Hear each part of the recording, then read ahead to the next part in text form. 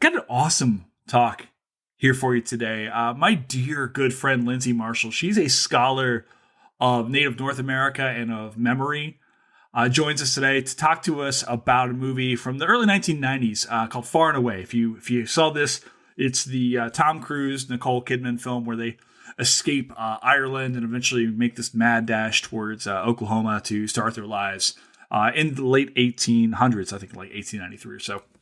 And we had the most amazing talk about a whole slew of things. Now, if you don't know Lindsay, you absolutely should. She is an incoming assistant professor at Illinois State University, absolutely fabulous school. And we talked about a whole slew of things. We talked about Irish migration, the potato famine, the myth of Irish slaves and why that's bad. We talked about AP. Lindsay was a history teacher for years and years and years out in California. So we talk a lot about College Board and the problems with AP. We talk about the West in film. We talk about the West in books. We get some really good discussions going on about our favorite books about the West and how we can learn from them. It was just an awesome, awesome conversation today. I can't wait for you guys to hear this. This was a lot of fun. So I'm going to keep this intro short so you can just jump into this. So sit back and relax. Grab yourself a cold Guinness because Far and Away is next on Historians of the Movies podcast.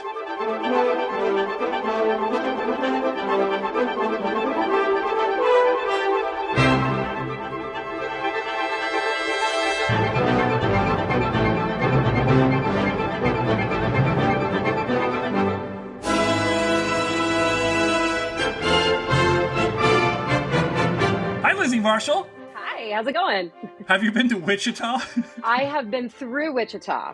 Isn't it a fine town? It's a lovely town that like people should go to, especially because our producer is there. So, oh my gosh. All right. So I'm going to stop trolling our producer and also the audience, most of whom I'm assuming has not been through the Sunflower State, which is not far from you. Are you in Oklahoma right now? I'm in Oklahoma right now, and it's between me and my parents because they're up near Rocky Mountain National Park. So we go through Kansas every year when we go to see them. Yeah, but you go through like desolate Kansas. You go through West Kansas. It's very flat. Dude, it's very flat and it goes on forever. And actually so does like eastern Colorado. People think, oh, Colorado's the Rockies. And it is, but not for like the first 2 hours of driving from the east. Yes. It takes it's so true. Like you get to Colorado, you're like, oh right. Okay. And then you just keep going some more until like, I remember like when I used to drive out there from Kansas, I had to do a few different things. And like, you would finally start to see the mountains they would just kind of show up, but you were probably so zoned out from driving from like Wichita or Oklahoma for a while. You're kind of like, oh, we're here now. Now there's a scent that accompanies it. That part of Colorado reminds me of the movie Swingers when they're going to Vegas and they're all excited leaving LA. Vegas, baby. And then it cuts to like Vegas is really far and they're still trying to keep it up. My dad actually, he made us come home. I grew up in Texas, Central Texas, and we would go to Estes Park every year. And we go up through the Panhandle, hit Raton, New Mexico, and then cut across and kind of go up through Colorado Springs into the park. And my dad wrote a book about Zebulon Pike. And he read in Pike's journals that he saw Pike's Peak sitting on the horizon like a great purple cloud. And he always wanted to see that vision. So one year he convinced us to drive back along Pike's route, which goes through Kansas and Oklahoma, which we had never really done. And he got to see Pike's Peak like a big purple cloud on the horizon. And then he got to hear us complain to him for like 15 more hours because the drive up through the Texas Panhandle, there were many more attractions, shall we say, on that route back to Austin. All right. So you're living in Oklahoma now. You're from Texas. Have you lived at a place where like that aren't frequented by tornadoes? I was in California for 15 years. But we have earthquakes, right. So it's kind of a trade-off. Talking about that. I think every place has like its own like divine natural disaster area. Like there's some kind of wrath of God place. For like in down here in Florida, we obviously get hurricanes and stuff like that. Texas, obviously, you get you get all kinds of stuff. In Vermont, you've got like angry apples, I bet, or like. Like snowstorms, blizzards. So, are there, right? Like I never see like on the Instagram where like people are like, oh, it's so nice here in Vermont. You know what you have? You have housing prices in Vermont. No one can afford to live in Vermont. Or that's the problem in Vermont. You have realtors. That's what you have. All right. quick question before we kick us off. I think you know this is coming. Let's get a judgment on your quality as a human. Coke or Pepsi? Dr. Pepper. I'm from Texas. Oh, the Texas part. Oh, see. Yeah, sorry. If I have to choose between the two, I'm a Coke person, but All Dr. right, that Pepper is the counts. beverage of choice. Dr. Pepper is the Switzerland in all of this. I Yeah, guess it's just like because they can maintain and like look. If I go to a place that has Pepsi, they'll have Dr. Pepper, and that will. right. I attribute this to Annette Gordon-Reed, who was really the first person on the Great Soda Wars of 2000 and whenever to not take a side. Sorry, just trying to represent Central Texas here. So, it's our home state beverage. Okay, so I have to tell you, so I was out in Texas. I went and climbed Guadalupe Mountains National Park back in September. So beautiful, just completely. Oh, it's gorgeous I'd out never even there. heard of it, and my friends were like, "Come out here, we have a mountain in Texas." I'm like, bullshit. You don't have mountains in Texas. They do. Fair. And they're amazing, right? But they're really, really close to New Mexico. So we've been climbing all day. We come off the mountains, and then we go into New Mexico, into Carlsbad, and it's like we go to Walmart to grab something to drink, and I'm so tired. I'm euphoric, but also just kind of so wiped out. I'm like, grab myself a Dr. Pepper. I'm like, drink of Texas, and they're like, you're in New Mexico. It's like, ah. Well, that's the thought that counts. Texas accepts it. I guess. So, all right. So let's talk it. So you and I know each other for several years. We've got this really cool crisscross path because you went to Oklahoma for graduate school. I almost went to Oklahoma for graduate school. We've been friends for, I don't know, however many years now. Tell us about, I know about you. Tell our lovely audience about Lindsay Marshall, scholar, Dr. Pepper drinker. Dr. Pepper drinker. Yeah, no, I started my career as a high school teacher. I come from a long line of high school teachers. I fought it as long as I could, but there was a point in college when I realized people don't pay you just to know history. You have to do something. And I fell in love with teaching. I was just going to teach for a couple years while I figured out what I wanted to focus on for grad school. And every year I'd be like, okay, this is the year I'm applying to grad school. I'd be like, oh, but Joey's going to be a senior this year and he'd be an AP Gov and that would be so fun. So I taught for 11 years. And then I went to grad school in large part because of my experience teaching. I got increasingly frustrated with the narrative of U.S. history that I had to teach, particularly for AP courses, which I know you want to talk about at some point. And that drove me to make the terrible decision to leave my stable profession and take the roulette wheel of grad school. So I came to OU, did my PhD in history here, fantastic department, fantastic cohort, which you were almost a part of. I think we would have even been in the same cohort, which would have been so cool. I would have started in 15, right? I yeah, know. that's when I started. We still end up as history friends, bros. I don't, what are we, what's the, I don't know. I don't know. Yes, I was so close to Oklahoma. If Piker had stayed, I was like, if Josh had just stayed there. That's true. That's true. Yeah. So I did that. I had a postdoc with American Indian Studies at University of Illinois for a couple of years, came back to OU, and I am now on my way out the door to Illinois State, where I hope to stay for more than 2 years at a time. It'll be fantastic. All right. Do we let people in on the secret about Illinois State and you and me? I think we should. I think we should. So we both went up for that job. Right. And we both knew at the time we were both going for that job. And traditionally, when you go for particular jobs, you expect that, I don't know if this is your case or not, that you're probably going to have competition for a position that and probably even like. And you and I had both shared ahead of time, which I hope is the case here. We're like, yes. Hey, I got an interview at Illinois State, and I forget which of the other ones was like, yeah, me too. So, did you find that odd at all?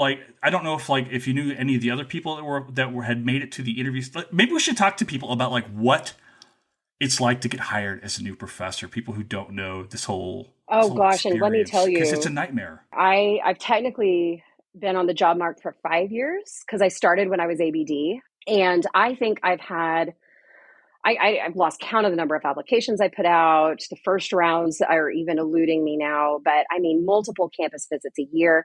And, you ask so what's it like going with someone. I was really worried about that when I started the job market because I was at Illinois or University of Illinois, and my dear friend Juliet was a fellow postdoc, and our research was really similar. So we were obviously going to be applying for the same jobs. And I was like, oh, how's this going to go? But once you get to that point, I don't know if this has been your experience, but it's just like no one who's getting to that stage in the interview process hasn't done the work. Like, sure, there are still jerks out there and stuff, but we mostly tend to avoid them, right? And so I found that over the years on the job market, as colleagues would be up for the same job, or like somebody would get the campus visit and I didn't, and I knew, or like with you, I knew you were going to be there right after I was there. I don't know. Like I not that I wasn't desperate for a job, because I was, but just anybody getting through this mess, good job. Like I'm just happy Oh my gosh. for anybody that their historical knowledge is going to get to be in the world and that sort of thing. So yeah, I mean, that was my experience emotionally, but then again, I did get a job, so I might be saying it differently if I had struck out again this year. So I also interviewed up there at Illinois State, like literally after you. I think one person was coming in after me.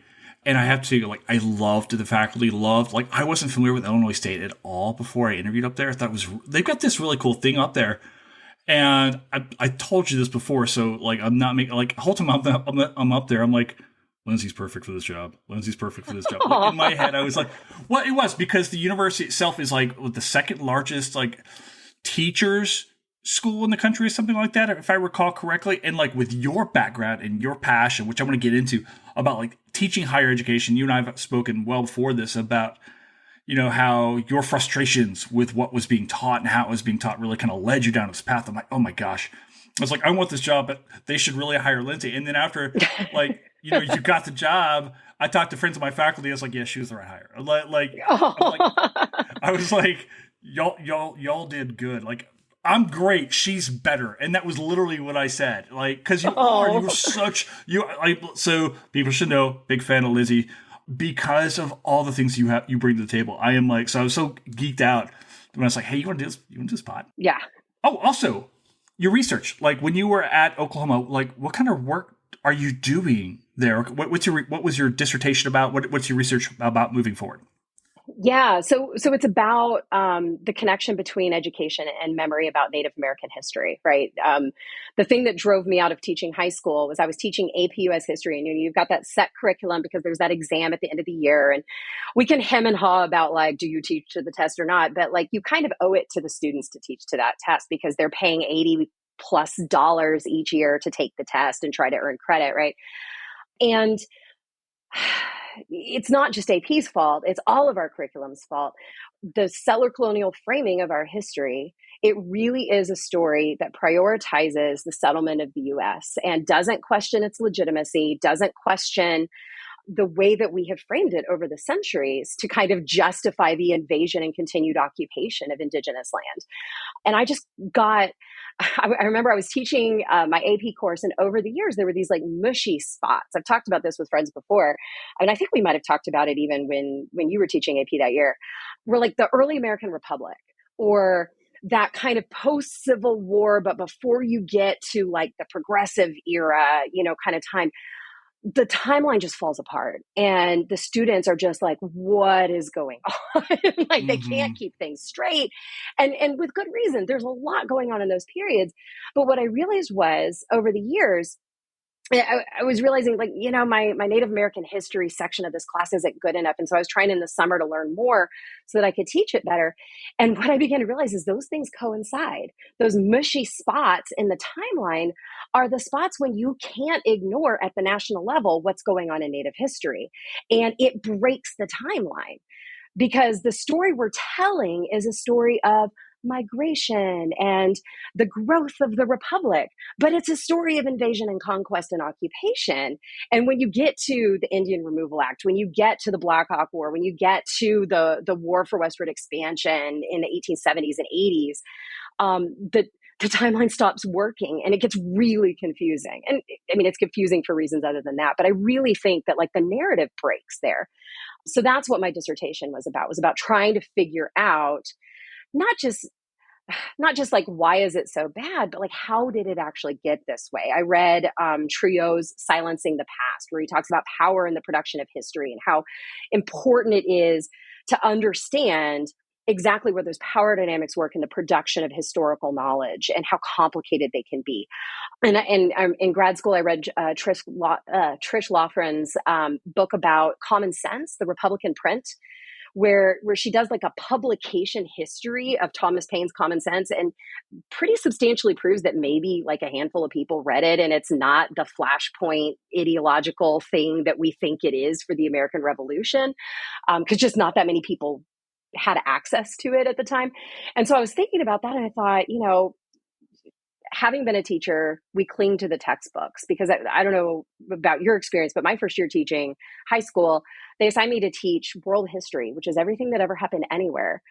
And like, okay, because I certainly didn't study at least 80% of this in college, right?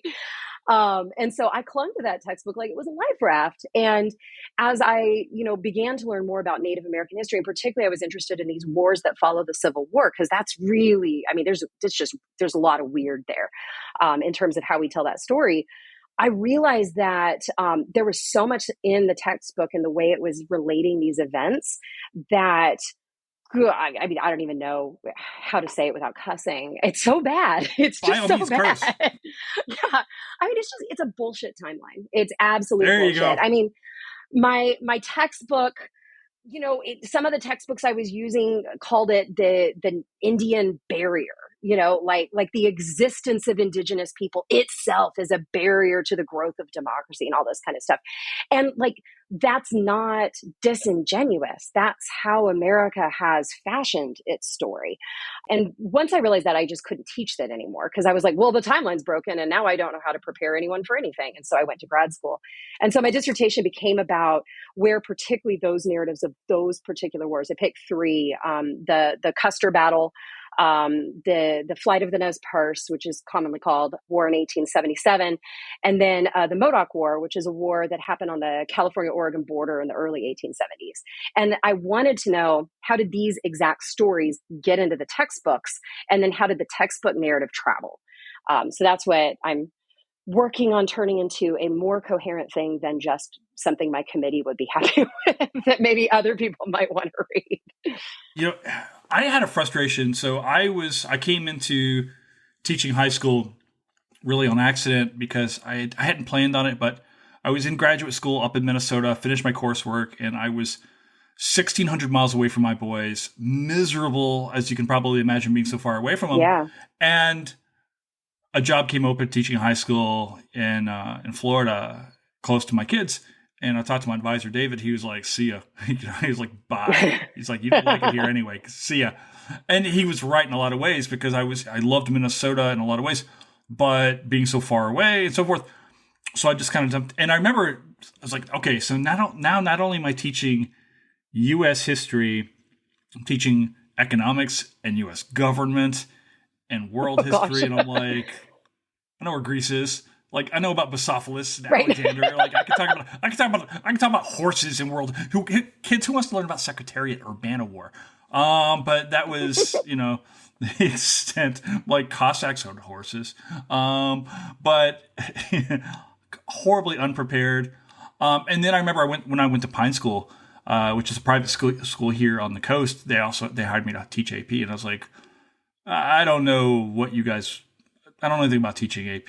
All I know how to do is teach what I know. And I'll prep you guys for the course so you know what's expected. But I never once even looked at that AP. Like, they gave us this big binder to like, this is how you teach AP. Yeah. And I was like, no. And that maybe the thing I always kind of talk about, because I also found that my colleagues, there weren't a lot of my colleagues didn't have backgrounds in history itself. They had backgrounds in teaching or came to it from another discipline. And, so like you're saying, in those regards, you become very dependent upon what you have available to you. But I was like, I trust myself. I know this stuff. I'm just going to teach it the way I think it needs to be taught.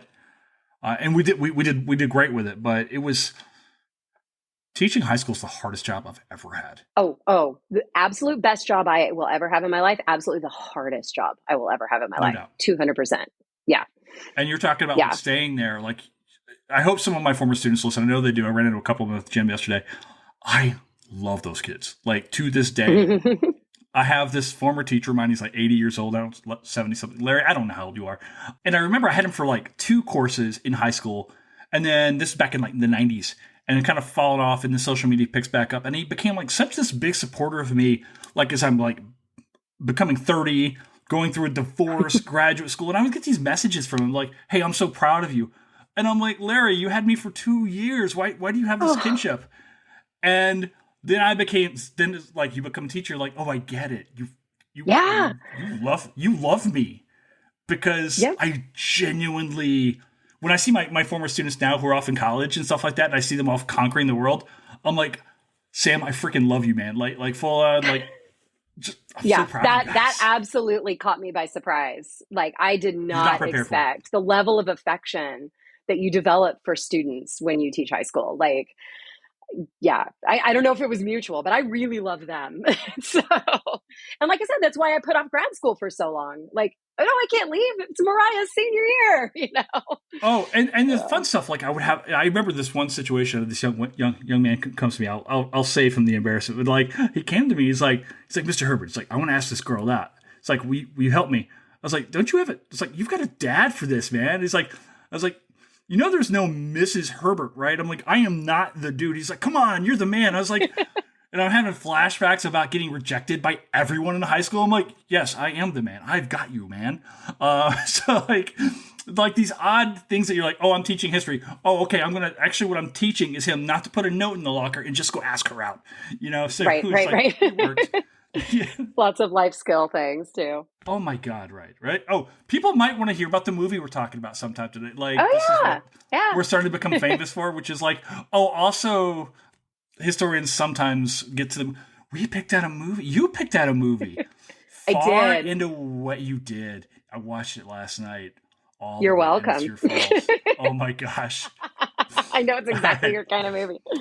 Oh my god. You know what? I started watching. It's like, oh, cool. It's a history movie. Mm-hmm. All right. So let's talk about like why. Okay, of all the movies, I was like, I know why. Because the Oklahoma thing. I think maybe because you were like, you know what we need? We need more Nicole Kidman, and he won't let me do Moulin Rouge. Why Far and Away? Why are we talking about this Ron Howard epic film from 1992? Couple of reasons. I first of all, I this came out when I was like middle school, and I lived this movie. Like my family is Irish. You know, I lived in Texas. I was very into history. Horses feature very prominently. Any movie with horses is a movie for me. And so, like, I knew the movie really well. And so, if we were going to talk about something, I wanted to talk about something that I knew pretty well. But the other thing that I think is really interesting about this movie, it wasn't great. It didn't win Oscars and shouldn't have. It's beautiful. There's a lot, to talk about what kind of it does in an interesting way.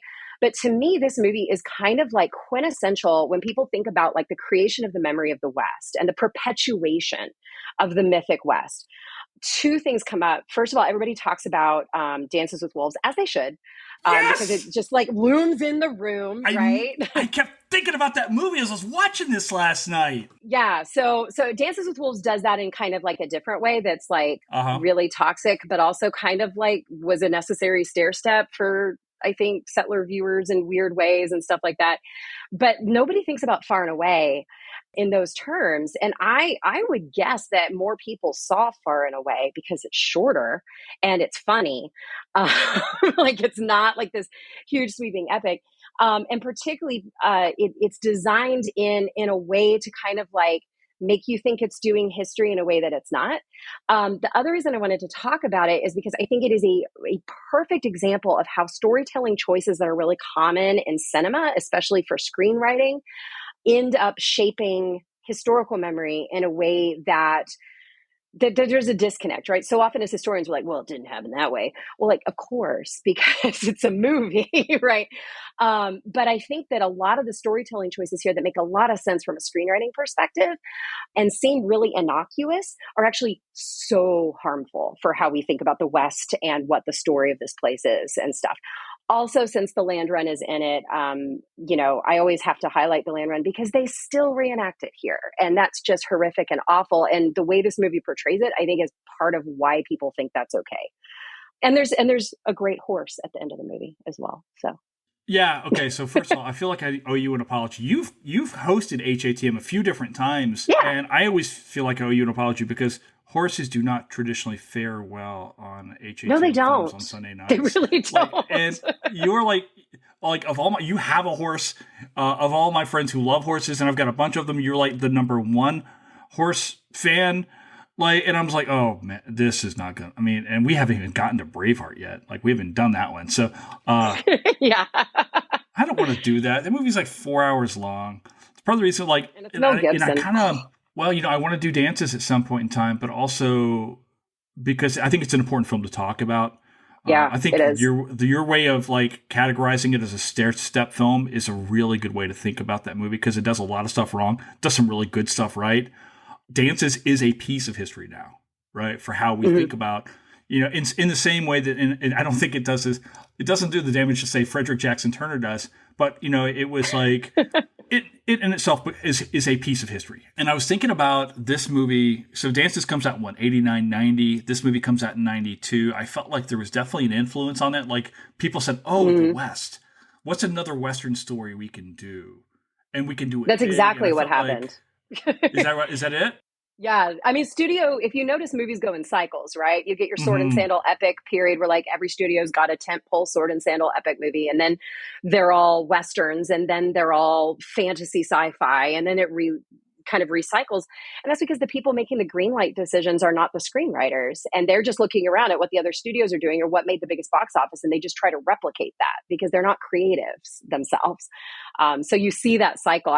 When I was briefly trying to be a screenwriter back when I was in college in California, some of our professors were like, so you sit on your script until one breaks through and then you send your Western in to everybody and see if you can get it sold. It makes sense. You want to go with what's hot. Mm-hmm. And I get that. And of course, there's all this really cool stuff, right? Because you said you've got Irish ancestry. My ancestry is English, so we should probably fight at some point in time. I know, right? We're like poor people from like Manchester area. So yeah, so we should have solidarity, but don't. Yeah, I know it's one of those tragic things. It's all right. We'll talk about this later over beers and swords. I don't. Sounds good. The Irish. We see this pop up on Twitter. You and I are both on Twitter. Yes. We see this Irish story pop up every so often. There's obviously this huge Irish diaspora in the United States, and certainly it's important to talk about, right? Yeah. And this is rooted in that. Can we talk about Irish slavery real fast? Yes, please, because it's ridiculous and false and terrible. Okay, so all the Irish were slaves, right? I mean, that's how they ended up in America. They were no. Talk to us about Irish. So, like, what is this myth, and what's it trying to do? Protect whiteness, as all great myths do in the U.S. So if the person that I've learned the most about this from is Liam Hogan. He's an independent historian. He's very active on Twitter. He's a public librarian in Ireland, and really takes it upon himself to take on these myths. The two big ones are the Irish slavery myth and the Irish didn't used to be white myth, right? They're both wrong in ways that are intended not by the people who perpetuate them, but like they were crafted as part of what like Tuck and Yang call a move to innocence, move to white innocence, right? We talk a lot. I think Patty Limerick writes pretty well about, if I'm remembering, I think it's in one of her essays, talks about how so many of our myths of the West are about exonerating the violence that settlement did, right? And that's true throughout. I mean, the history of our country, whether we like it or not, is a racialized history, and white supremacists have been the power brokers. But there are competing ideals of equality and freedom and justice, which are not compatible with the tenets of white nationalism and white supremacy. And so you have to tell a story that reconciles that cognitive dissonance, right? And so one of them is that the Irish were slaves too. Therefore, African slavery isn't really all that that bad because other people were enslaved too, right? It's trying to de-exceptionalize the racialized chattel slavery that developed uniquely here. And it's just not true. Like, indentured servitude is not slavery. That doesn't make it good. That doesn't make it not deadly. That doesn't make it not a dead end economically for entire families. Like, it was horrible, but it's not the same thing. And so every time you see the Irish were slaves too kind of myth pop up, it's never like, oh, isn't that interesting? It's always to rebut, talk about Black reparations or something like that. And that's kind of your key, that this is definitely not a robust historical statement necessarily. And certainly this film doesn't do that. It just, you've got this flight of poor Irish who are trying to make their way to something better. And I think, have you seen the Yellowstone prequel series 1883? Yes. Okay. I have thoughts. I want to hear them, because one of the strengths, we may be here all day.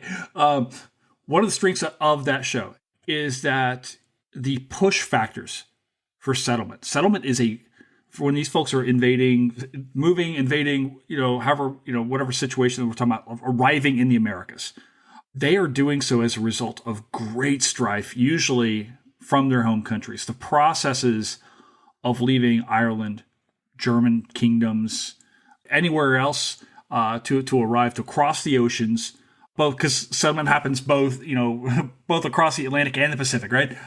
These are very difficult processes these people are having to struggle through. And I think that, maybe that's one of the strengths of the film is like, look, these folks are desperate. Mm-hmm. Yeah. And far and away, the two main characters have this notion about what America is, and they find out very quickly it is not. The class system has been transplanted here too. And I think that holds true. What's always mystifying to me about these conversations is, like, my ancestors from Ireland came in, probably, I'm still trying to trace like exactly what ship and all that kind of thing. Some records have been lost about in the mid 19th century, but it looks like they arrived around the 1840s, and that would have been the potato famine, right? I mean, that's a very common Irish American story. So it's not that, like, it's the Irish slavery thing again, right? There's this notion that if I just talk about the fact that, well, they were motivated because they were oppressed, then I can kind of ignore what they did when they got here. But my Irish ancestors made very poor choices when it comes to racism once they arrived. And I can sit back and look at, like, logically where that moral calculus, kind of factored in insofar as I think, like, why do you think you deserve land in Oklahoma, right?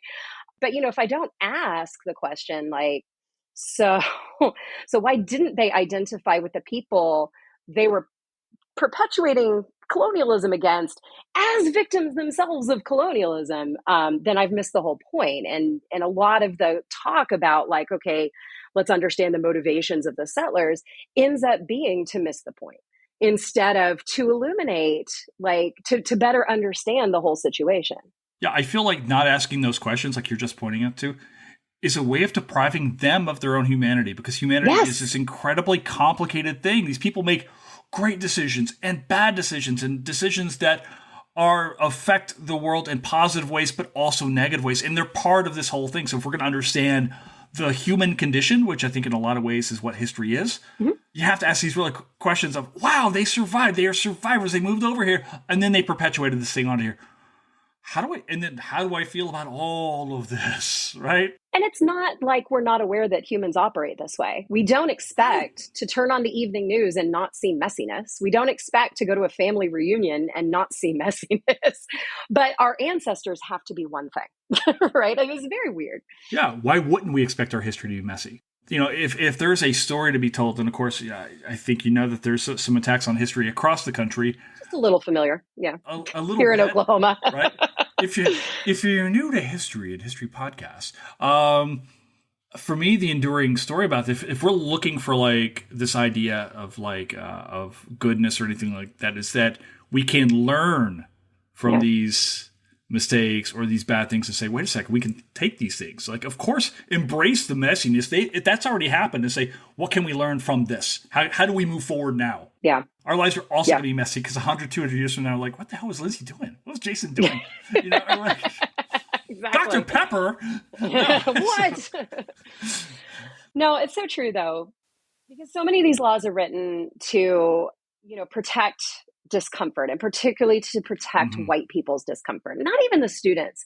I have yet to run into a student who just doesn't want to learn things that are unpleasant, right? In fact, a lot of times I run into students who are upset that unpleasant things have been kept from them in school because they feel like it would help them understand things better, because it would. It boggles my mind that we can at the same time say school should be, about building character, and, we want to teach about the great heroes of the American past, so that, in this didactic sense, like, so that you can emulate, your hero, Washington. And there's a lot of talk about being worried that kids will be ashamed to be American. They'll be ashamed of our history. And this is a very old argument. In my dissertation, I found a whole bunch of sources from a Chicago mayoral election in 1920, which is saying literally the same things the 1776 report said. So it's nothing new. But like, what has been striking me so much is we're depriving ourselves, and particularly our kids, from the ability to grow, the ability to learn, the ability to confront the messiness in ourselves. Because what does it tell the kid who struggles with his temper in school? That all the heroes are marble statues and never did anything wrong, right? What does that tell that kid about himself? What does that tell, that girl who gives up when she faces a Yeah, challenge? what happens when she fails, right? Right? Like, is she irredeemable? Yeah. I mean, that's the assumption. What does it tell if I realize that something I have been doing is racist and I didn't know? If I don't have a model of someone from the past who was messy and made recompense for that in some way, or, that I can see how it plays out. Yeah. So we're just, and of course, obviously none of this is actually about, protecting children's innocence and building character. It's all about power and not wanting to share it. But when it hits at the individual level, like me as a parent, my kid's a third grader. He's just at that age where like they're starting to learn stuff Adorable, by about the way. history in school. Yeah, he's pretty cute. And I'm a fan. he asked me the other day, we were listening to Hamilton because that's how we roll. And he stopped and just said, with 5 minutes before I'm dropping off at school, Mama, was the American Revolution good or bad? And I'm just like, oh, geez, in 5 minutes. But it struck me that like, that shouldn't be a scary question, right? Because it's not an easy answer, but the opportunity that we had over the next few days to talk about like how we know that kind of thing and what actually the revolution was. And I cribbed a lot from Cornel West, who gave a really good talk about it being both an interruption of imperialism, but also an imperialism itself. And he's 9 and he was not dismayed. he was fine with like moral ambiguity, and actually that I think he was really interested to think harder about it. So yeah, we don't give kids the credit that they deserve because we're too scared as adults about what it means if we teach this history and then they say, well, shouldn't we do something about it then? Yeah, the answer to that question, immediately my mind goes, well, for who? And then Right. then the next step goes, grabs Dan Richter's book, and I'm like, all right. All right, so let's talk about redeemable. Are the parts of this film that are good? Like, what's the good parts of Far and Away? If someone is coming to this film saying, actually, which of this movie is, oh my God, 31 years, this movie is 31 years old. I know, it is so, I'm old.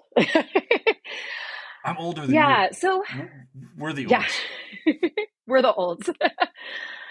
Yeah, I don't know. I mean, I think about it in two different ways, right? I think about it as just as a film, and it's got a lot of flaws as a film, in a lot of things that it does well. I mean, the cinematography, stunning. I find it hilarious. Yeah, best part of the film. I find it hilarious that they filmed it in Montana instead of Oklahoma. Like Oklahoma's beautiful, right? But they're not beautiful enough for Hollywood. No, I think it was a tax credit thing. Oklahoma hadn't caught on to that yet. And it's kind of interesting to think about the implication. Right? Yeah, there you go. They're actually filming the Twister sequel here right now. So Oklahoma has gotten their act together on that. There's interesting things about just the long process. I think one thing I really like about the storytelling in this movie is that we usually think of like the Irish immigration experience as just when they arrive to settle land or when they arrive in Boston and get involved with the ward boss and all that kind of stuff. But I like how the characters travel through because so many people had so many of these experiences that we learn about in school. And, you know, the story of, I remember one of the things I was researching for my book, I was looking at this private whose horse ran away with him at the Battle of the Greasy Grass, and it ended very badly for him. But I was trying to figure out, like, why did this happen? Like, you don't see that happen in the military records a lot. And this one really stood out. And I went down this rabbit hole of like, well, who is this guy? Like, had he ever seen a horse? Why did they put him on a horse on the front line if his horse was going to run away with him? And so I went down this huge rabbit hole of like tracing his family and trying to figure out what he did and all this kind of stuff. But it really struck me that like so many of these individual experiences that we compartmentalize for the sake of trying to understand a period or something like that, like people lived a long time. And they went through a lot of these times. And sometimes I forget that what I'm looking at as a historian is really different than the lived experience, you know, over decades of the people that I'm talking about. And that's kind of interesting. But no, I feel like, you know, it does. You see a lot of different, like, you've got this passage from Ireland into Boston. There are spoons involved. We get to the Ozarks. yeah. And then finally into Oklahoma, and I think what 1890, 92 is 90, 92 or 18, it's the 93 land rush. 93 is the land rush. They arrive in 1892 and just in time to make it to take part in this huge land grab. Can we talk a little bit about what the land rush is? Because you were saying they reenacted today, which to me sounds a hell of a lot like a celebration.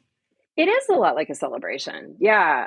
So the very abbreviated version is that in the U.S. effort to destroy the power of tribal nations, they first confined people to reservations. And Oklahoma used to be called Indian Territory. Then it was split between Indian Territory and Oklahoma Territory. Almost became two states, which would have been amazing. There would have been a Native American state of Sequoia and then a settler state of Oklahoma.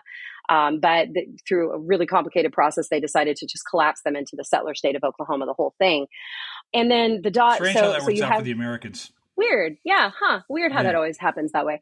So, and then forgot to terminate reservations. So all of Eastern Oklahoma is reservation land again, as our governor here is very upset about. The Supreme Court ruled. Wait till we talk about McGirt in a few years. But go on. Oh, exactly.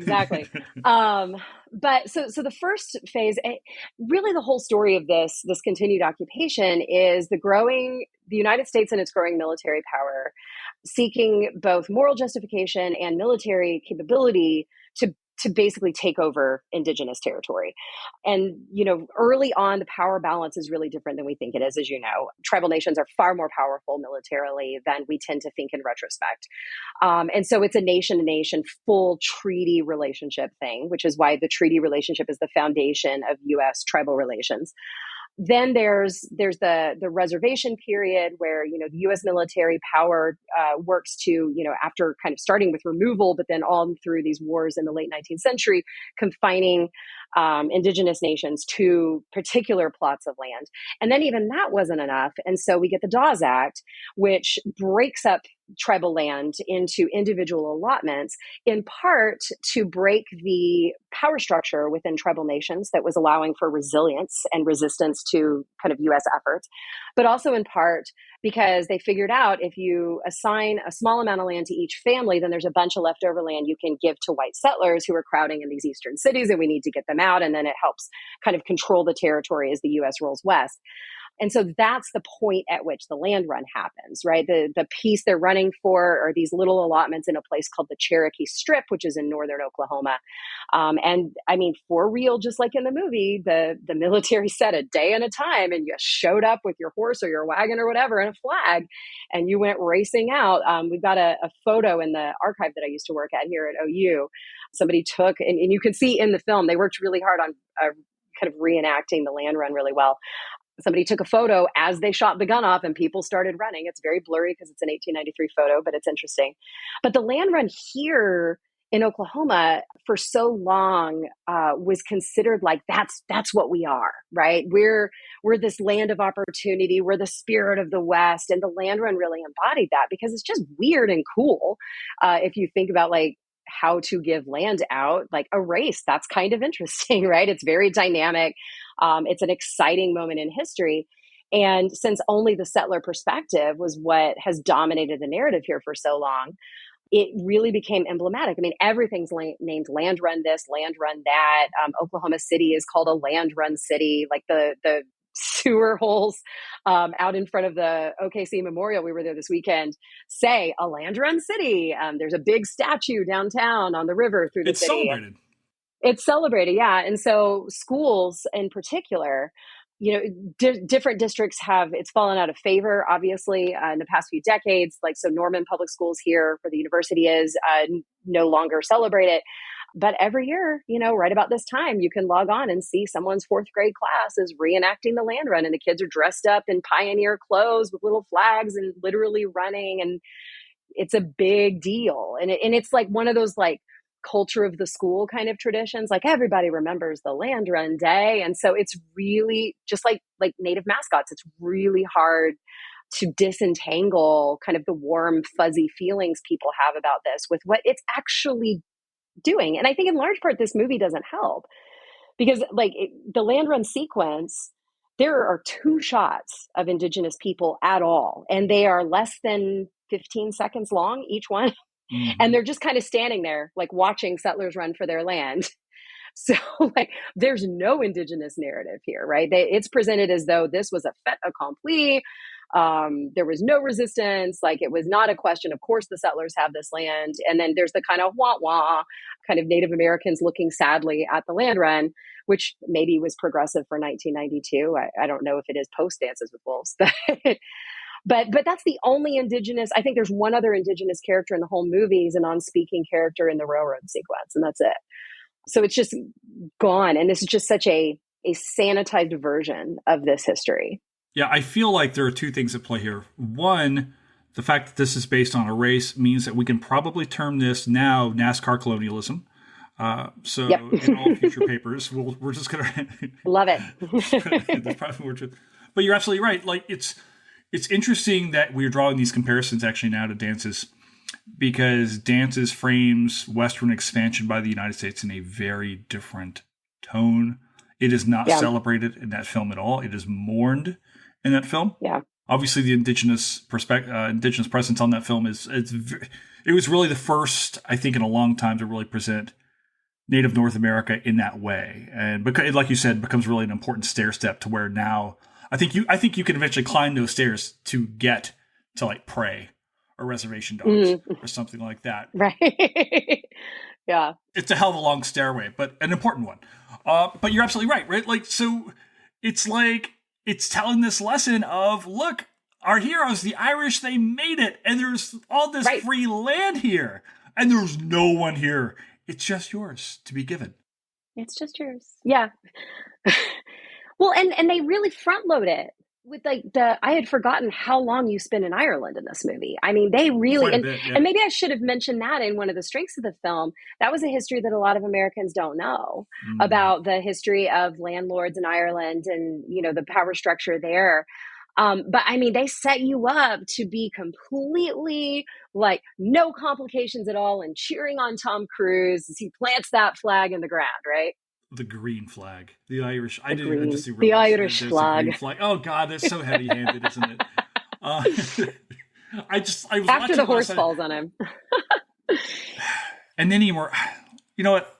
If you haven't seen this film, it's 31 years by now. You probably should have watched it, and if not, you can go watch it now. But and he comes back to life. And there's like magical sprinkle. I'm like, am I watching Willow now? Ron, what are you doing here? Like, what is going on with this ending? It is hilarious that you mentioned Willow. The screenwriter also wrote Willow and also wrote the new Willow series. Holy shit. I know. Well, and that's one thing that I really love about this film, that it doesn't make it a great film because it doesn't pull it off. It needs to either full on lean into magical realism or just be a drama, and it doesn't do either. But there's this there's this special dispensation that Irish stories get in American film where you're allowed to be a little kooky in terms of like magic stuff. And so, like at the beginning, his father has the stone fall on him and he dies. And then the camera, zooms up and it's like, we're his spirit leaving. And then he stops and then comes back and he wakes up and says one more thing. And he says, yeah, no, I was dead. And I came back to tell you Yeah. you're odd and all that. And so they repeat that at the end. Like that's the setup for how they're going to handle the finale of the film.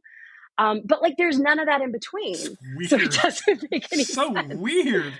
Yeah, but it's also like silly, but it's connected because those two scenes are the scenes that hit hardest with land is destiny, right?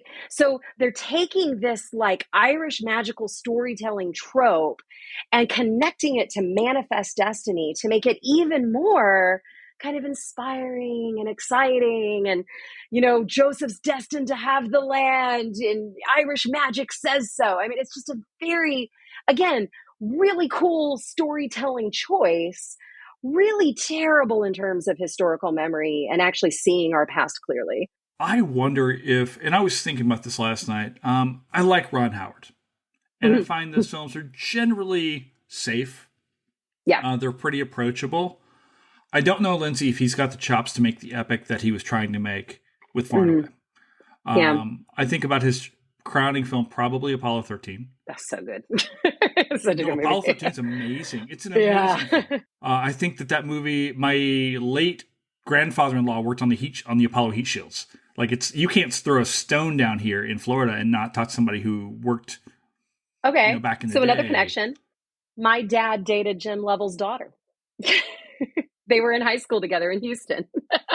I'm gonna have to put in for like a small business owner at this point in time. To like I'm gonna have to, I'm gonna be like Charlie in Always Sunny in Philadelphia with like the big board behind Yeah. me, like linking Exactly. everything behind. At some point in time, I feel like that's, or I can just like, for viewers who can't see, there's a paddleboard behind me. I'll just start marking that up and finally get some use out of it since the wind's been blowing like it's in Oklahoma, here in Florida. Anything else you think about? Does this film have any other redeeming qualities? I mean, the horse is amazing. So I'm serious about it though, because the horse storyline actually like supports this. So at the very beginning, when we meet Nicole Kidman's character, Shannon, her mom is yelling at her because she has been galloping and it's unladylike and she shouldn't gallop. Mm-hmm. And Shannon says, no one could see me. And Dora, the mom, says, I don't care. Like, it's not what a lady does. And Shannon's whole arc is going from this very pampered, rebellious, rich girl to someone capable who can, like, I guess, make it on the frontier somehow, right? She's the one who has to do the work in Boston because Joseph starts boxing and makes his money that way and all that kind of thing. And then at the end, Joseph he needs a horse, right? And he's got a choice between two horses, and one is old and dependable, and the other is batshit crazy. And so he buys the dependable horse, and it dies. Like, Mm-hmm. and there's this very old guy. There's this great, kind of humor line where the old guy's like, "That's the oldest horse I've ever seen," and he's like clearly 110. And so Joseph has to ride this kind of wild, crazy horse, That's a and metaphor. it's a metaphor. And then there's this trope that's been going through the whole film where Joseph, before he throws his first punch, says, I've no wish to fight you, right? He says it to his brothers at the beginning. He says it in his Mm-hmm. first, kind of scrap at the ward boss's club. And then this horse throws him off. He gets in front of the horse, holds the reins, and says, I've no wish to fight you, and punches the horse in the face. And this again, and then the horse is like, oh, okay, cool, we're good, bro. And then they just go, and it's like a perfect horse for this incredibly intense, you've got to be really good writer to stick on for what they do after that. They go do the Man from Snowy River thing down an embankment and all this kind of stuff. And again, that's another place where it's this mythic West, macho, we're going to dominate, we're going to bring order. At one point, Shannon's mother even says, there's no order in this godforsaken place when they're getting ready for the land run. And it's like, you brought the disorder. This place was fine until you showed up and built your town and decided to run for land and that kind of thing.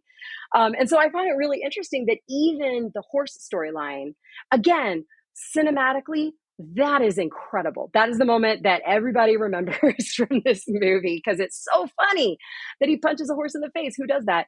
But again, it's this notion that this place has to be subdued, that what it takes to be here is to take control. And that's really what this movie is about Joseph figuring out how to take control of his circumstances because it's his destiny to do it.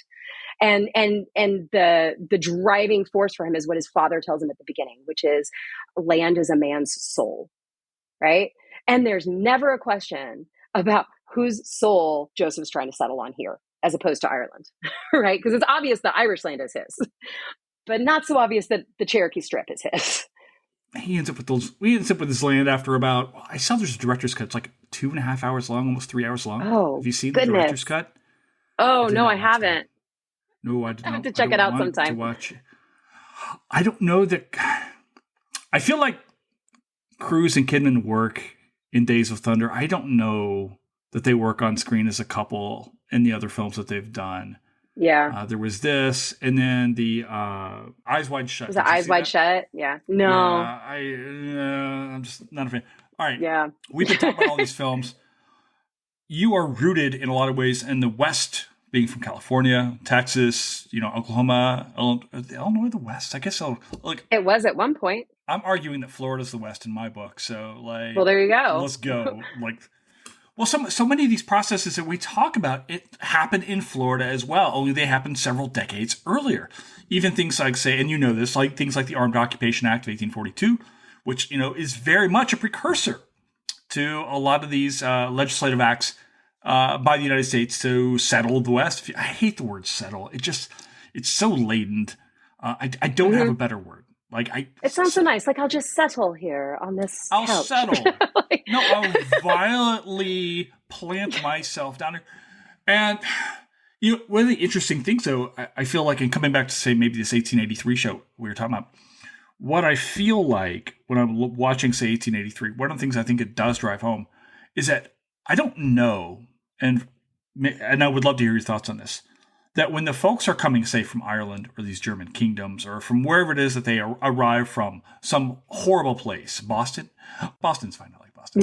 Do they understand? We're talking about the lived experience of these immigrants. Do they understand that they are caught up in this great act of indigenous dispossession? Is this a thing they're actively thinking about? Because they're like, oh, this land is free. It's available. You never once hear Joseph or Shannon question, I'm arriving on Kiowa lands or Comanche lands or anything like that. There's never this question that we see of them questioning, hey, do I even have rights to this land? I kind of wonder. Now, I'm not a scholar of the West, so I don't quite know, but the settler experience themselves. It's hard. I think the answer is probably, this is the historian's cop-out, it's complicated. Totally. Like we know the choices that the filmmakers made in Far and Away to just avoid that question altogether, right? Even when Shannon shows Joseph the flyer for free land in Oklahoma, we've seen that flyer. It has a picture of a very stereotypical Plains headdress wearing native chief, and it says Indian land for sale. Now, I'm sure there were other flyers that didn't have that on it, that just said free land, but the filmmaker made a choice of which flyer they were going to use in that shot. And you Google free land in Oklahoma, the Indian land for sale that flyer comes up first, right? Yeah. So there's that. But I think when you try to dig into, and I've been trying to do this because part of trying to understand how exactly these narratives that I've been investigating, even got into the histories, much less the textbooks, why they're so compelling, is trying to understand what were the experiences of the people actually fighting these wars. I follow a number of people who were involved in the fight against the Nez Perce or the fight against the Modoc and all that kind of thing. And I don't get the sense that they unaware, but I do get the sense that they're heavily influenced by whatever was being published at the time and whatever they were told at the time. And, if you are a Western booster trying to lure East Coast immigrants west to settle your land, you're not going to say, by the way, one of the most powerful military groups on the continent, you're going to have to be there on their land, and they're really not cool with it, really.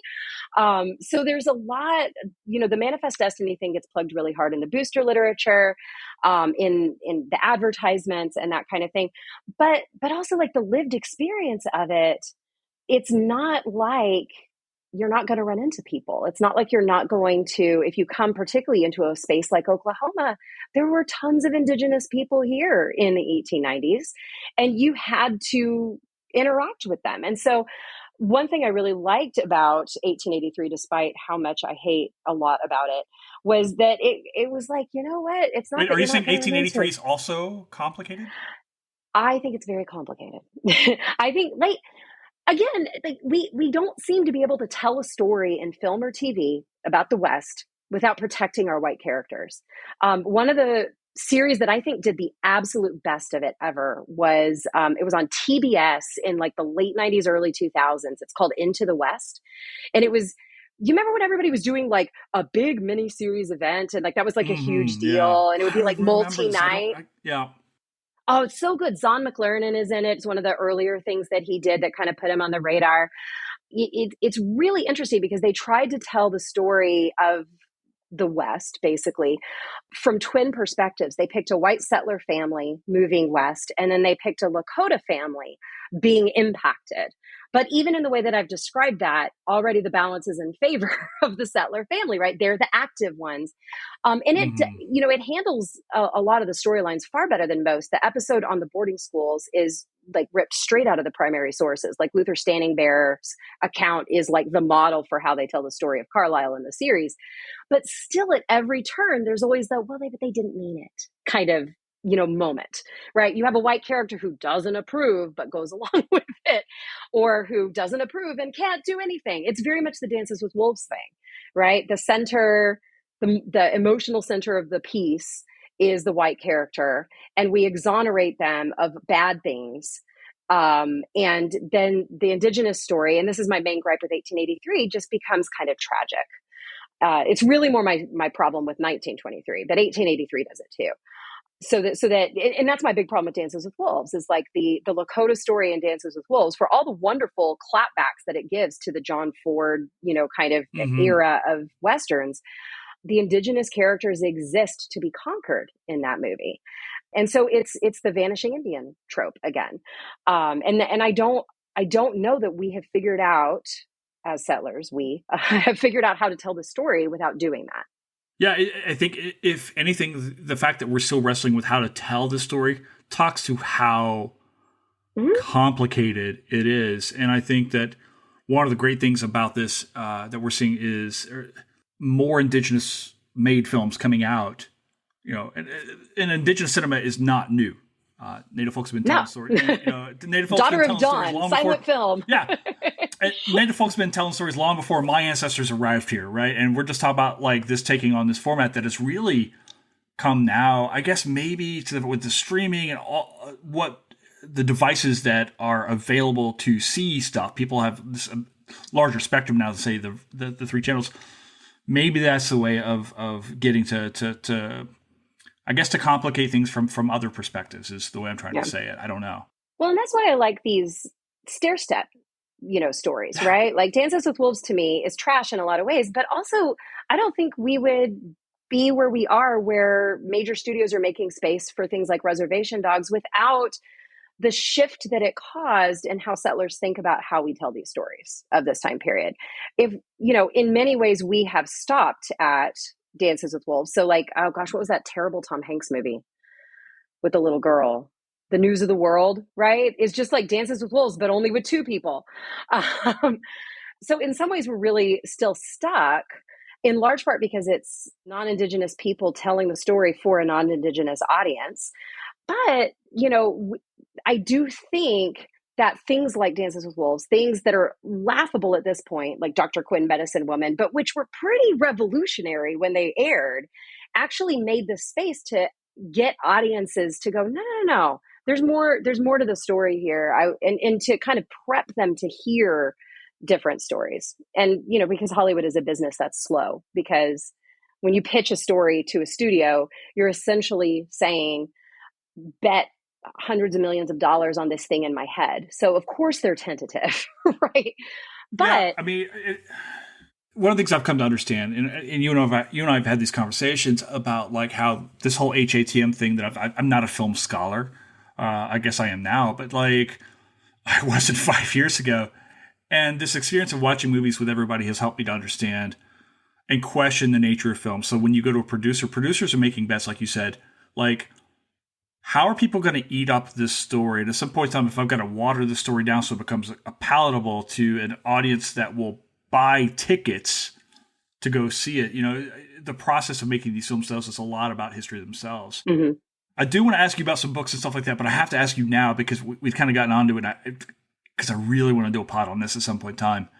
Hell or High Water. Have you seen that? I have. It's been a few years since I saw it. It's another one of those that like there's a lot that I think is really cool. I wish it had kept its original title, which was Comancheria. It was originally called Comancheria. Yeah. Oh, yeah. Okay. Yeah. That would have been really interesting. Yeah. Right. Hell or High Water's not bad, but Comanche. Oh man. Yeah. Oh, right. I mean, you get why they changed it because the point is to get butts and seats. Because again, and that gets more butts and seats. Right. Yeah. Absolutely. Right. But yeah, no, I really, again, this is one of those where like I separate my film studies brain from my, historian brain. Really loved it. Film studies brain, just loved it. Tight storytelling, incredible acting, incredible everything, really. I mean, the cinematography is amazing. It made some really cool editing choices, if I'm remembering correctly. But again, you have a pushback on kind of like how we think about that space. Which is so important, so huge, and a really necessary pushback. Like, how about we talk about like now instead of only talking about the 19th century and how we see that shadows of the 19th century cast across that space today. And I thought that was beautifully done, really effectively. The characters were amazing. Gil Birmingham was incredible. Thank you. But again, like who dies? What a shock. That's the character who dies, right? The guy who's giving us all this pertinent commentary. And, you just hit nail hit. Like, for me, like, I don't see the West as a place. I see the West as a process. And it's ongoing. Grad school arguments coming up. Yeah. I don't want to do like, we'll be here till the tornadoes arrive over there. I want to come back to this movie at some point in time, but I was. Yeah. The film made me a believer in Chris Pine. And that he's final marvelous scene in that. Bridges. Oh my God.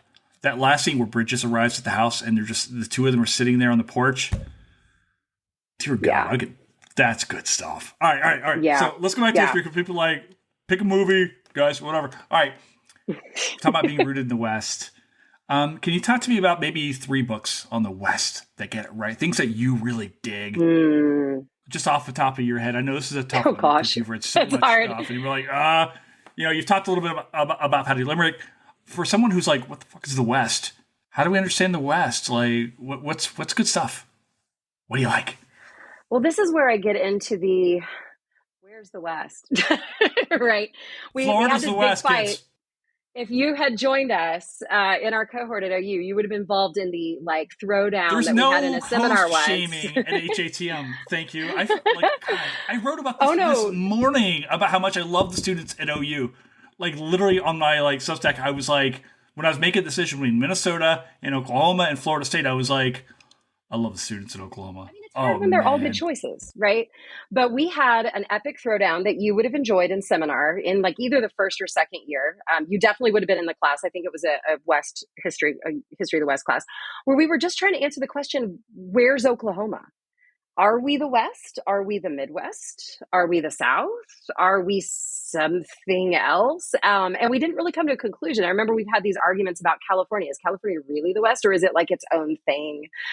So that frames my answer for books about the West is I'm still not sure where the West is. Oklahoma's about to be the SEC, so that'll answer that soon. Oh gosh, we could have this conversation. My Longhorns are making the worst decision. They just watched the Aggies make the worst decision. They're like, we'll do it too. Anyway, you know what? I'm used to. We've been on a losing streak, so. Oh my gosh. Here's your analogy, right? Texas into the SEC is like that poor bastard that lost his horse at the Battle of the Greasy Grass. He's like, oh wait, who am I riding up against? Oh wait, it's the horse lords of the Northern Plains. Good luck and Godspeed, dude. Yes. Let me introduce you Longhorns to Alabama and Georgia. Bye-bye. Sorry. All right. I'm done. Private Promise. Turley. I love it. I love it. Okay. Yeah. So the book that probably was the most formative for me, and I'm talking like early on in reframing how I think about the West and the stories that I've been handed and things like that, was definitely The Legacy of Conquest. I know that's the cheap one to pull out, Petty Limerick's book. It's right here on my wall. Yeah, it just completely upended how I think about how we think about this place and its time. But there's an essay in another book of hers, called "Something in the Soil" is the book. And the essay, I don't like the title. It's called "Haunted America," which I feel like it gets a little bit like, ooh, you know. There's a little bit too much about like indigenous graveyards and, you know, The Exorcist and stuff. So I don't really like the title very much, but I love what she does in this essay. She walks through, it's the Modoc War that she uses for it.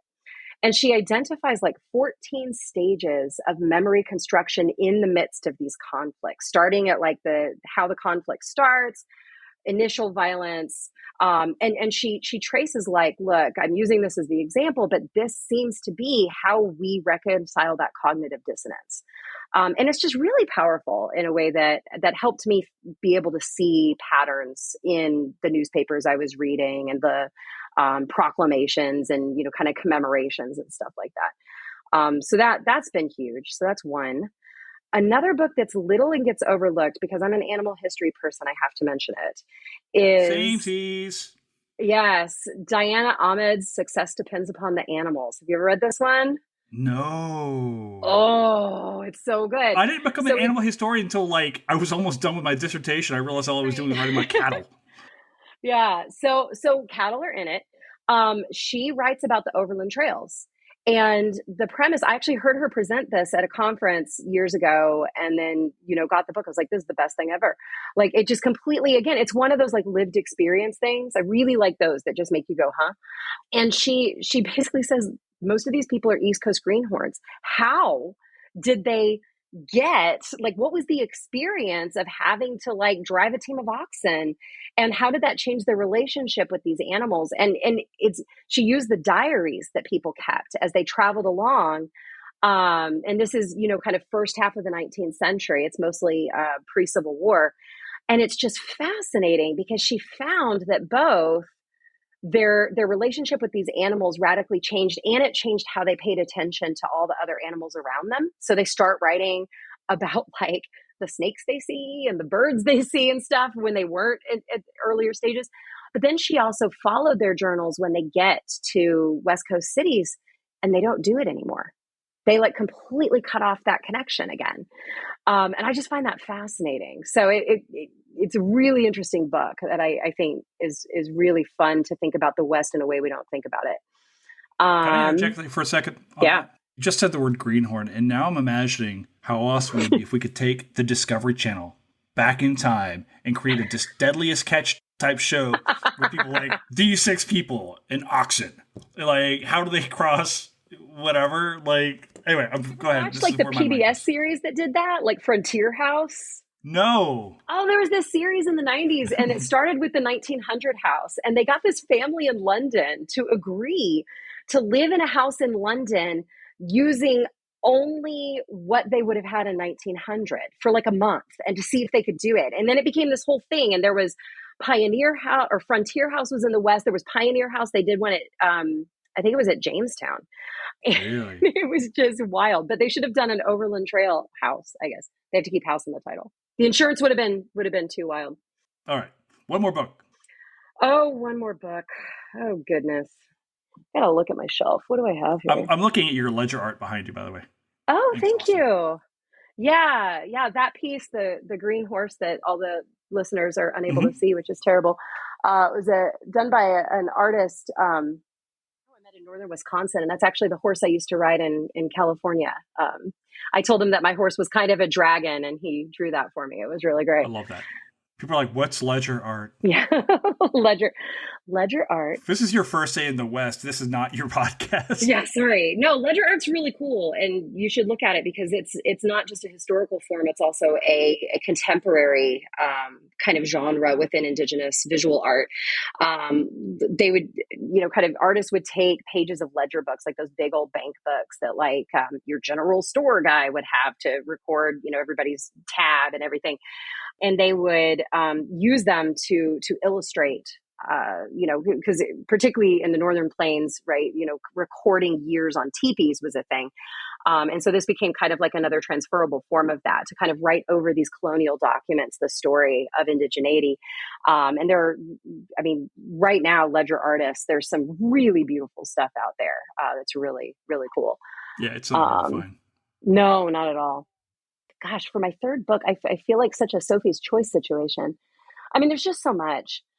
I think I would have to mention Nick Estes, Our History is the Future. That book really radically torpedoes how we think about the West in a lot of ways, and how we think about Indigenous history at all, because it rejects even the notion of a linear timeline, which as historians we forget is a colonial construct. and it's just beautifully written. It's one of those great books that is intensely academic but also intensely accessible. I really like that book. Can I tell you, like, one of my great peeves when I see like job ads for like new professors and things like that? It's like, oh, scholar of like, do you do Native North America? And then they'll put these weird timelines on here, like to 1865 or to 1865 present. And I'm like, those numbers don't apply. That means nothing. It really does. It really doesn't. Like, you want me to like tell Native North American history for the last 150 years of people who literally say we have been here forever? Because when people ask me, like, hey, how long have Seminoles been in Florida? I'll say, always. That's the answer. Yeah. Since time immemorial. That is the answer. Yeah. That's what my friends have told me to say. Yeah. Anyway, so, all right, let's bring it back. Yes. Final big picture question. Far and away. Is it a history movie? Yes, it is. I think any movie that makes us think about history or influences how we think about the past is a history movie. I think some of the best ones, we've had this conversation before, I think the best history movies are the ones that try the hardest to remind you that they are not history movies. A Knight's Tale with Heath Ledger. Oh my God. Marie Antoinette with Kirsten Dunst. They are intentionally anachronistic in ways that throw you out of the period. And I think they do the absolute best job of making you realize I'm watching a constructed version of the past. And so yeah, but I think far and away, absolutely. Yeah. 200% a history movie. And it's right in that pocket with Dances with Wolves, with Dr. Quinn was airing at the time. Far and Away came out Lonesome at this time. Dove? Lonesome Dove. Earlier, Yes. Right? Oh yeah. I thought about that earlier. I was like, oh, wait, how do we talk about Lonesome Dove? I mean, at some point, I'm going to Without laws, you die. Without laws, Jake. Yeah. Oh, my God. Lonesome Dove. And you're saying, like, these films, maybe not far away, having the lasting influence of, say, some of these other things, but it's part of the story, right? It's part of how people are imagining the West and these stories we tell. And now that's an entire generation behind us. How do we understand Irish diaspora? How do we understand the West? How do we understand horses? Horses especially. Yeah, exactly. Very much acting agency in history. Because if you've ever tried to ride a horse, it doesn't always do what you say. How do you are you bringing your horse to Illinois? How does this work? Yeah, I've got a place for him to stay, and I'm trying to figure out how you figure out who's trustworthy to trailer him there, because I certainly don't trust myself to drive a trailer that whole way. So yeah, I'm hoping it'll work out for him. I think that's going to be a great town. I liked it a lot when I visited up there. I think you're just going to love it. They are so freaking lucky to have you. Do you know what you're teaching this fall? What's going on? I do. Gosh, I'm so excited for your students. What are you teaching? Hopefully your students are listening in on this. Yeah. I like coffee. No, no, that's high school when they bribe you with things. Oh yes. Yeah, no, a 100 level History of Native America class. A 200 level Age of Jackson, which is we're going to take a really interesting turn on that. Age of Jackson I want to see the reading list on this. I'm finalizing it this week, so I'm getting very excited. And then a 300 level research seminar, which the topic was open, so I'm calling it Unsettling the West. And we're going to be thinking and reading and writing about memory and the U.S. West, and probably the North American West more broadly. So yeah, that'll be fun. Where can people find you in the meantime if they're not sitting in front of your amazing classes at Illinois State University? I am, for better or worse, still on Twitter. I'm at Same. Lindstorian on Twitter. I keep I signed up for other things and I just keep forgetting that they're there, and all my friends aren't there, and so I'll go I down signed up with for the Blue ship Sky. I'm probably. hoping. Yep. Yeah, we'll see. I'm hoping. I've been woefully behind in like being online in a professional way, so I'm hoping to like have a web page eventually where my stuff is. So I'll let you know if that happens. But yeah, I'm obnoxiously on Twitter. That's where I am. Well, I hope that you can obnoxiously come back here at some point in time. We can do any number of horse-related films, West, anything you want to do. I am down for, because hanging out with you is always a thing I am down for. So thank you so much. Oh, likewise.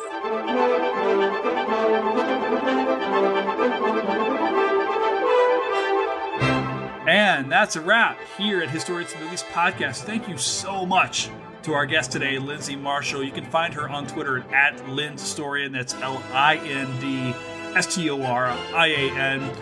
for joining us today. That was awesome. I can't wait to have you back on. We're going to talk about so many other things. Thanks, of course, to our intrepid, amazing, awesome, I promise you he's not paying me or threatening me to say this, producer Fletcher Powell. You can find him on Twitter at Fletcher_Powell. And of course, thanks to you guys for continuing to make this show run. This has been amazing, and I'm so glad that you are continuing to join in. If you will, though, hit the like and subscribe buttons. Another thing we could really use are some reviews on your Apple Podcast, on Spotify, wherever it is that you listen. If you could sit down, write, copy and paste, I don't give a shit. Just leave us a good review, if you will, so we can keep getting the word out about Historians of Movies Podcast. And you can keep finding us every Sunday night. We'll continue to watch a film every Sunday night. Look for me on Twitter at Herbert History. And if you're looking for what films we've done, you can find our Instagram page. It's Historians of the Movies on Instagram. So, guys, thank you all so much for being here. Mean the world to me. I hope you're having a great day. And we will catch you next time. Ciao for now.